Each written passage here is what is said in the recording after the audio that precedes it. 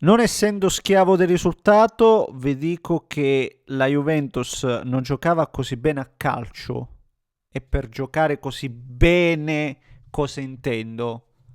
Essere propositivi, creare occasioni, stare sempre a ridosso dell'area avversaria, portare tanti uomini, essere pericolosa.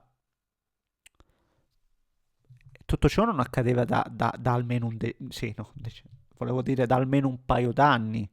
Almeno un paio d'anni e mi tengo basso.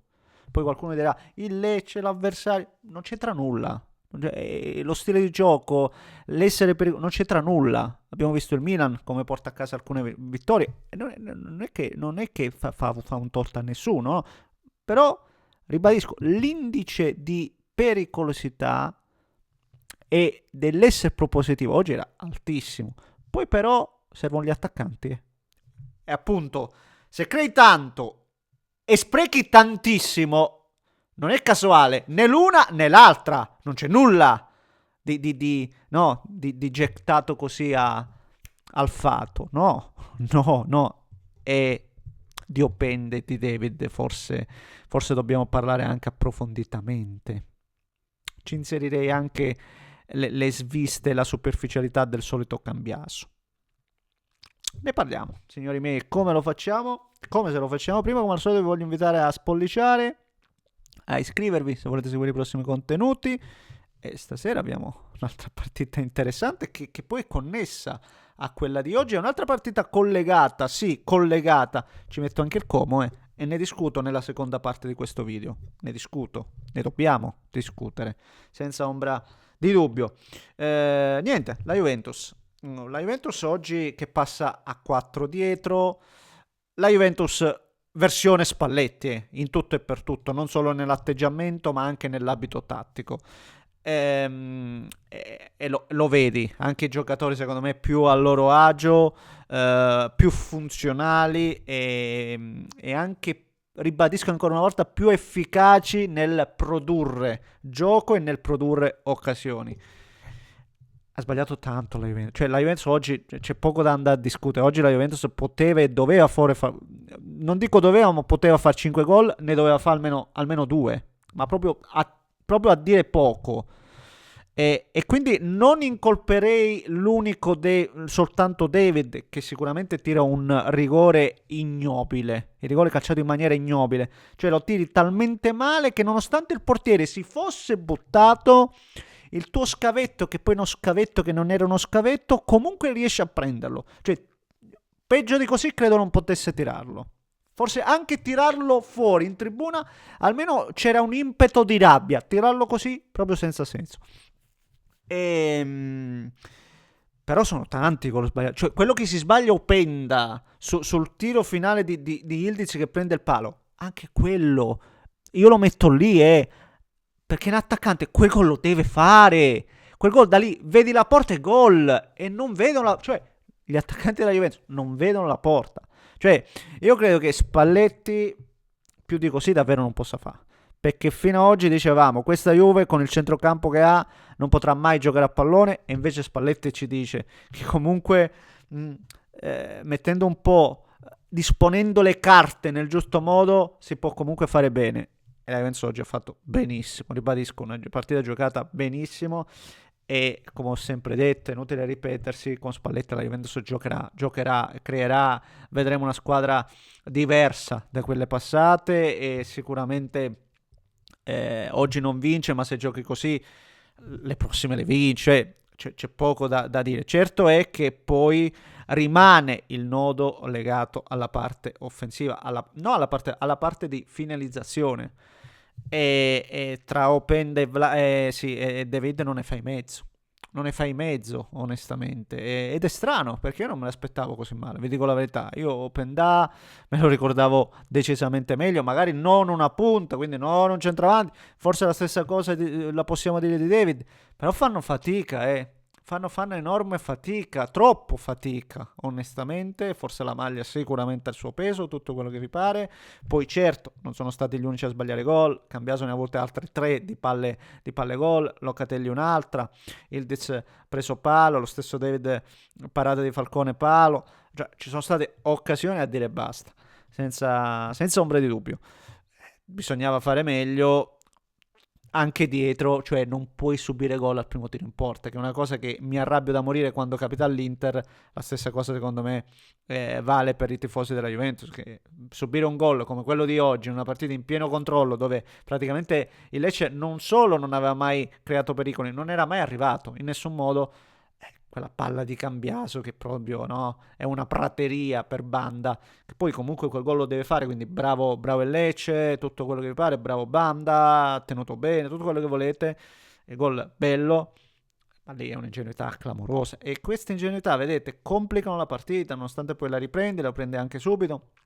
E sul gol della Juventus, sul gol fatto bene, poi giustamente sono altri temi, ma il gol della Juventus è fatto bene, con l'imbucata di Locatelli, sempre criticato, ma quell'imbucata bella, veramente bene, e poi la palla che passa da destra a sinistra e poi in qualche modo arriva a McKennie che sa fare tutto. Cioè, di McKennie c'è poco da dire, ogni allenatore lo butta dentro e lui gioca da quinto, da mezzala, da sottopunta, da terzino, ovunque praticamente. E questo è. E niente, ragazzi miei, sul rigore fatemi dire una cosa, visto che sono in debito con voi dell'episodio di Ricci di ieri perché non l'avevo visto, me l'ero in qualche modo perso, e oggi capita a fagiolo perché è collegato all'episodio appunto che porta a rigore poi calciato da David, fallo di non mi ricordo il giocatore onestamente, però io le due dinamiche le ho trovate molto simili onestamente. E innanzitutto voglio aprire anche una parentesi su Pisacane che dice per me non è rigore, dobbiamo aiutargli gli arbitri, favoloso, clamoroso anzi, perché un allenatore soprattutto cioè parecchi allenatori parlano quando non sono chiamati in causa, si fanno belli dicendo dobbiamo aiutare gli arbitri, perché non c'è un episodio specifico contro in quel momento. Invece Pisacane in un momento del genere poteva in qualche modo, no, cavalcare la scia, invece proprio lì ti viene a dire no, non si devono fare determinate cose, quindi l'ho apprezzato tantissimo, favoloso. E seppur per quanto mi riguarda vero, perché tiro ravvicinato, Ricci di spalla, sicuramente non c'è volontarietà, che non conta la mazza, abbiamo capito la volontarietà, braccio scomposto, per me sì, ma poco ok. E quello di oggi è simile, cioè quello di oggi è simile perché ravvicinato, anche lui di spalla, forse sì, più scomposto, però io così vado in difficoltà. Almeno io, poi ditemi voi, io vado in difficoltà, perché se come posso dire, il fatto che sia ravvicinato è un fattore, il fatto che sia di spalle può essere un altro fattore. Allora se il solo quanto è scomposto il braccio, se vale solo quello, e anche quello è interpretabile, quando è rigore, quando non lo è, poi diventa, per me è una roba che non, così no, francamente no, per me o sono tutti e due rigori o non lo sono, francamente, quelli che abbiamo visto ieri di Ricci e quello di oggi.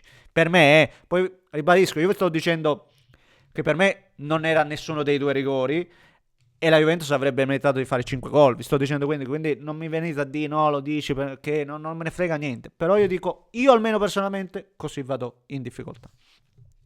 E questo è, poi non toglie nulla, il rigore l'ha sbagliato e la Juventus doveva segnare altri gol in altre circostanze.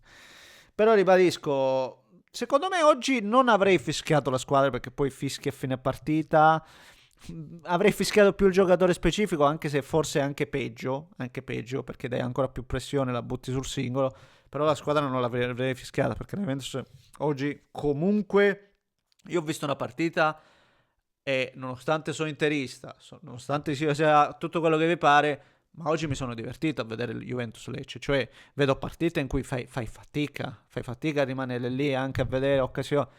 Oggi mi sono divertito, ecco. Va bene, passo anche alla partita di Como, se no questo video dura 20 minuti e cercherò di essere sintetico. È importante parlare di Como, il Como è lì, eh. Il Como è lì, il Como è a 3 punti dalla Juventus con una partita di meno. Può raggiungerla. E dirlo quando siamo praticamente al giro di boa, cioè, questa è una squadra che adesso ha veramente una certa credibilità, è una squadra che veramente si giocherà l'Europa, poi vedremo se è quella che conta o meno, ma è lì. Questo è un dato di fatto ed è lì perché la squadra comunque, secondo me, è più italiana di quello che sembra. Perché si parla del Como di Fabregas spagnolo, tiki-taka, calcio, quello che vi pare. La porta è chiusa, mi dispiace, l'ho chiusa. L'ho chiusa. Ma il Como per me è molto italiano perché conosce i momenti della partita. Primo tempo dove ha tenuto il campo, non ha concesso nulla all'avversario, non ha quasi mai velocizzato, però sempre alla riaggressione, sempre fatta bene. E paradossalmente ormai le squadre, e come una di queste, diventano quasi più pericolose quando non hanno palla. Però mi è piaciuta anche nel secondo tempo, quando poi comunque la partita era sull'1-0. Il momento di andare un po' ad addormentare di nuovo la partita lo fa. Molto italiana in tal senso la squadra di Fabregas. Per me è un giusto mix, è un mix perfetto. Ed è il motivo per cui sta ottenendo così tanto credito e così tanti risultati. Poi oggi porta a casa il risultato anche senza Nico Pass, perché il Como non è solo Nico Pass, ovvio che Nico Pass fa la differenza, è entrato nei 20 minuti finale, ironizzando Fabregas ha detto non gioca perché è scarso, in realtà non stava benissimo, però comunque c'è D'Acugna, a me piace da morire Perrone davanti alla difesa, comunque Jesus Rodriguez crea sempre panico e scompiglio, ancora una volta lo ha confermato lo stesso allenatore spagnolo, manca nel fondamentale del tiro, se migliora anche quello poi può diventare davvero devastante, però il Como, ribadisco, se non sbaglio la miglior difesa valutando le partite di casa, valutando soltanto no, le partite che ha giocato in casa, e anche in questo molto italiana, lo ribadisco ancora una volta, e poi ti punisce, sfruttata appieno l'ingenuità di Piotrowski, però quell'azione la devi fare, Moreno si deve buttare sempre dentro e lo fa con continuità e ti procuri quel rigore là che poi ti sblocca la partita. Ha sofferto praticamente nei primi 10 di recupero nei primi 10 del secondo tempo, l'unica no, fase di appannaggio dove tra l'altro ho avuto l'occasione di Kellenkamp e di Zaniolo col gol annullato giustamente, e lì è stato un po' in difficoltà perché poi l'Udinese ce l'ha queste vampate, primo tempo orrendo dell'Udinese al netto poi dei meriti della squadra comasca, e voglio sottolineare anche, piccola parentesi, Zaniolo che comunque per me è un giocatore quest'anno che sta avendo una continuità anche nella sconfitta, è un giocatore che comunque non molla, no? L'ho visto nel minuto finale, comunque era andato a provare a recuperare un pallone, cose allucinanti se penso allo Zaniolo di qualche anno fa. Quindi mi sta assolutamente piacendo, volevo sottolinearlo. E niente, ragazzi miei, questo Como, per concludere, questo Como è davvero una gatta da pelare, una brutta gatta da pelare, perché non solo ha tanta qualità, bravi centrocampisti, forze fresche, variabili, Duvikas che forse oggi poteva fare meglio sotto l'aspetto della finalizzazione, ritornando al discorso che facevamo per la Juventus, perché poi di occasioni ne ha avute, però è più mobile, cioè Duvikas comunque le occasioni se le crea, a differenza dello stesso Morata, quindi lo trovo sempre più pericoloso il Como e ripeto, mi piace come gestisce i momenti della partita, mi piace la loro riaggressione, mi piace il loro equilibrio, ed è una squadra che gioca bene, e non solo bene, gioca anche in maniera efficiente, onestamente. Va bene, signori, fatemi sapere cosa ne pensate voi, commentate, likate, se volete iscrivetevi al canale, un grande abbraccio da Neschio, ci becchiamo dopo. Vi aspetto.